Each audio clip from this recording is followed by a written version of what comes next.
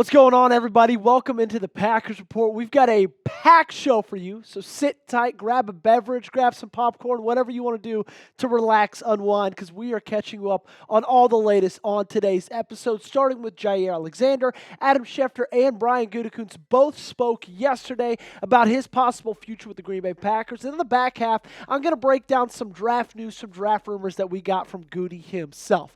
Now, a little bit of a reminder, our most recent update as of late last week was Adam Schefter when he was on with Milwaukee ESPN, and he said that my guess would be that Jaire Alexander gets released. So, as of right now, until I tell you about this one, that is the latest that we know, but he spoke again, or I should say, wrote again just yesterday. Before we get into that, we got a busy week on the Packers Report. It's not just today's show, okay? Tomorrow, I got my final Packers big board. Then Thursday morning before the draft, I'll release my final Packers mock draft 10.0. And then, day of the draft, you get videos of every single pick, 1 through 8. And then day 1, 2, and 3, I'm going to drop some draft grades for you guys. Make sure to subscribe now. Lock us in. We're going to be putting up about 15 videos over the next 4 or 5 days. It's going to be an absolute blast. Make sure you are there with us. Alrighty, so some 2025 NFL draft notes. Adam Schefter released a giant article yesterday, and Jaire Alexander was listed in his veterans who could be available via trade. If you're wondering who the other ones were, because it's not just Jaire Alexander, it's a ton of names, some that we've actually talked about trading for right here on the show. Jalen Ramsey, Jaire Alexander, Kirk Cousins, Dallas Goedert, Trey Hendrickson, also Mark Andrews was mentioned on that list as well. So those are 5 guys that have had legit trade talks. Not only rumors, but their teams themselves have come out and saying, yeah, I would want to be traded. We've come to the agreement to trade. So the fact that Jaire Alexander is on that list, I think means something to me, right? This is a legit list of veterans who have come to the end of their probable time with their team, and that Adam Schefter expects come draft day, if a certain team gets blown away by a trade for a player, they could be on the trade block, they could be on the move.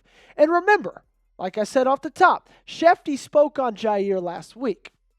Now, it wasn't necessarily as positive as saying, you know what, this is definitely a guy that's going to be traded, but he did mention that it is a distinct possibility. Here's a little bit more about what Schefty had to say about the cornerback. I would vote that they would wind up releasing him. That would be my vote, but of course, we'll see how this draft process plays itself out. Look, there have been ongoing conversations throughout the whole offseason. It's not like this is new or surprising. There have been teams that have checked into it. Nobody's done the deal so far. The Packers are holding out hope that I think when the draft comes, that somebody comes short of a cornerback and comes to Green Bay and is willing to do something. But I think it's more likely they wind up just moving on from him. We're going to play a little bit of a therapy session right now, okay? Be vulnerable with me. How would you feel if Jaire Alexander gets traded? If you'd be happy, go ahead, show me by liking today's video, cast your vote in that way. And if you'd be sad, let me know by venting down in the comment section. Anything goes. Y'all head there right now. So, Adam Schefter wasn't the only one that had some things to say about Jaire Alexander yesterday. Brian Gutekunst also spoke on him. Now, I will say, he didn't speak much, okay? Don't expect me to read out a long quote. This one's only about, 6 words? Yeah, exactly. Matt Schneidman tweeted this out after Brian Gutekunst spoke to the media and said, no updates on Jaire Alexander from Gutekunst. Quotes, we'll see how the draft goes, he said. I mean, this is something that we kind of have come to expect. This is typical Brian Gutekunst playing his cards very close to the vest. He's pretty much said, I feel like, over the past couple of months, everything he needs to say about Jaire Alexander. He's gotten his point across about what he feels is, he hasn't gotten anything that he feels that Jaire Alexander is worth, but they're still looking at trading him. My take is Gutekunst will keep his ringer on in terms of a Jaire Alexander trade, right? He's going to make sure that he's got the ringer on his phone, so if anybody calls, he's right there to pick it up.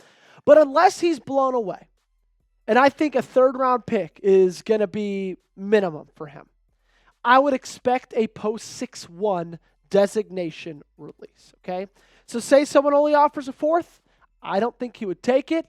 I don't think they're just going to run it back this next year with Jaire Alexander, okay? I think they will cut him. And why I say post 6-1, because you save, like we've talked about a lot already on the show, $11 million, $10.25 million to be exact. If you did it pre-6-1, you'd save 6.84, but if you do it post-6-1, you'd save 17.09. Now, you wouldn't see that money until after June 1st, but at this point, it's already almost May. Free agency, I don't want to say it's over because there's still free agents to be signed, but the crux of it, the biggest part of it, is over.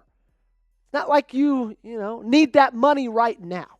I will say, if I'm giving you one team to watch out for Baltimore. If they don't get a cornerback in the first 2 rounds of this draft, I don't know how they feel about the cornerback position after that. I don't think they feel that great because there's not a ton of cornerback talent past the second.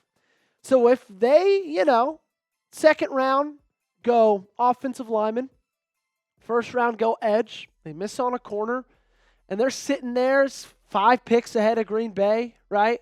Like 5 picks prior to Green Bay's 3rd round selection, and they're saying, what, we don't really see any good cornerbacks off the board.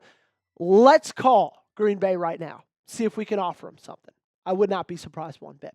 Coming up, I got some massive Packers draft news to break down for you guys. Like I said, Brian Gutekunst spoke to the media yesterday, had a lot of really great things to say, and he also had some pretty interesting things we're going to dive into. Before that, though, let's make sure we're getting better right here on the channel, okay? I always say it. That's because we always strive to get better right here on the Packers Report. The last time we gave you a Jaire Alexander update last week, we got 32 subs off that video. Phenomenal numbers. Let's get better. 40 subs on today's episode. I need it to happen. If you guys are still hanging out with us right now, lock us in right now and hit that big red sub button. Alrighty, so the question we're going to answer right now is, did Brian Gutekunst tip his hand a little bit on a guy he might really like in the first round of the upcoming 2025 NFL draft? And to answer this question, we got to go all the way back to last year. Brian Gutekunst was asked about Cooper DeJean. And then he said a lot. I think he's very versatile in that way. I think he's obviously a very good athlete. His ability to take the ball away is very impressive. Obviously, he's got some special teams ability as well. He's a very well-rounded player. I think he can do either. I think it's really going to come down to where you may need him. And you might be saying, Joey, that doesn't sound like that much, right? He's just giving you a scouting report. He's giving you a lowdown on a guy like Cooper DeJean. Well, Green Bay wasn't really interested in Cooper DeJean. That became obvious after the draft, right? They had the ability to draft him. They didn't. And then obviously he went to Philadelphia. And so if they weren't interested about him, and Brian Gutekunst gave that massive scouting report talking about all his strengths, talking about some of his weaknesses, talking about where he might play, and then yesterday he was asked about Tetairoa McMillan, and he gave this answer, which was very, very short. We had him for a 30 visit as well. He's a 3rd-year junior coming out. So we've seen a lot of time with him. So it's been good. What is that? Is that pretty much Brian Gutekunst saying, I don't want to show you that I'm fawning over a certain prospect? Did you hear how much he talked about Cooper DeJean? And Green Bay had no interest in him. He didn't care. He could talk about him all day long, whether he liked him, whether he didn't. But with a guy like Tetairoa McMillan, when he's asked about him, like he did with Jaire Alexander, he kind of kept the cards a little close to the vest. Just said, yeah, we had him in for a top 30. We spent a lot of time with him. That's it.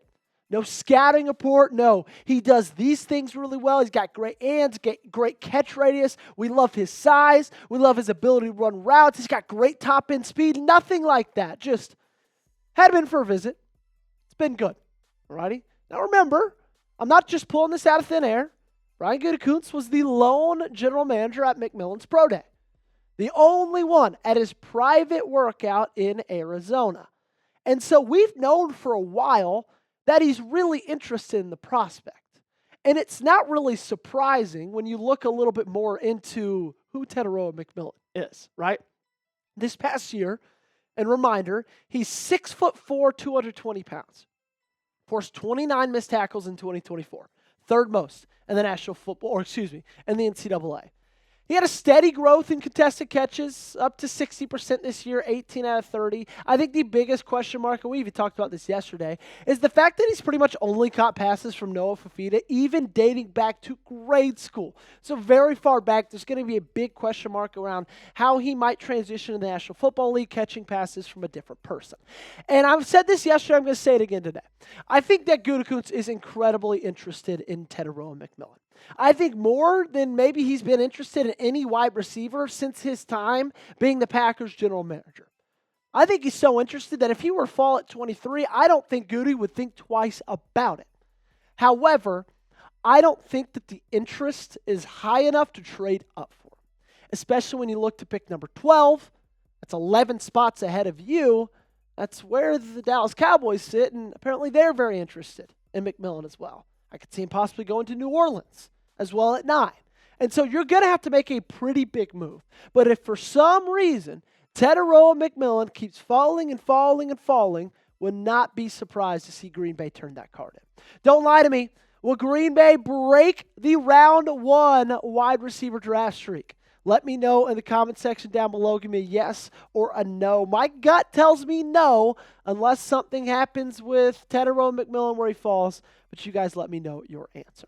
Last question we're looking at today is, will Green Bay trade back in the draft? As we know, they've got 8 draft picks going into this one, which is a good amount, but apparently it's not enough for Goody. Here's what he had to say.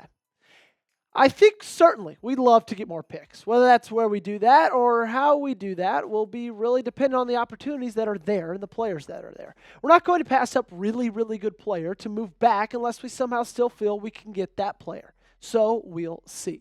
You take a look at the picks themselves. First one is at pick number 23. You got 2 7th rounders, and so kind of a bummer round to have 2 picks in, if you ask me, that the 239 and 251 spot. But I will say this, I don't think that Green Bay will trade out of the first round. I think the fact that it is in Green Bay, Wisconsin, Brian Gutekunst isn't going to trade out, okay? I think the only way over the past couple of months they would have gone into this draft not having a first-round pick is if they traded for a massive name, like a Max Crosby, TJ Watt, Trey Hendrickson, something like that, where you could say, you know what, I get it. Like, it sucks they don't have a first-rounder and they're hosting the draft, but I get it, right? They had a generational talent. If it's just going to trade back from 23 to like 33 or 34, I don't think it happens because it is in Green Bay. Make sure you guys subscribe. Like I told you off the top, we're going to have about 15 to 18 videos for you over the next 5 or 6 days. It's going to be absolutely wild. Lock us in right now. Stay as covered as you can on your Green Bay Packers.